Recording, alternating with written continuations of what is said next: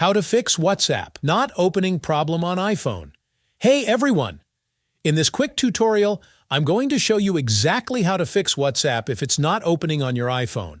So if it's stuck on a white or black screen or keeps freezing, follow along step by step to get it working again. Alright, let's dive in. First, download WhatsApp Business from the App Store. Once it's installed, register it using the same phone number that's having issues with WhatsApp Messenger. Next, we need to transfer your chats to WhatsApp Business. This will make sure all your messages are safely moved over.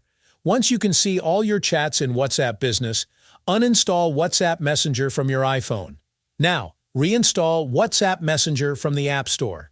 Open it and log in with the same phone number you used for WhatsApp Business. Your chats will automatically transfer back from WhatsApp Business to WhatsApp Messenger. After confirming that all your messages are there, you can uninstall WhatsApp Business. And that's it. You should now be able to use WhatsApp Messenger normally again. I'll keep you updated on any new changes, so be sure to subscribe to the channel for the latest fixes and tips.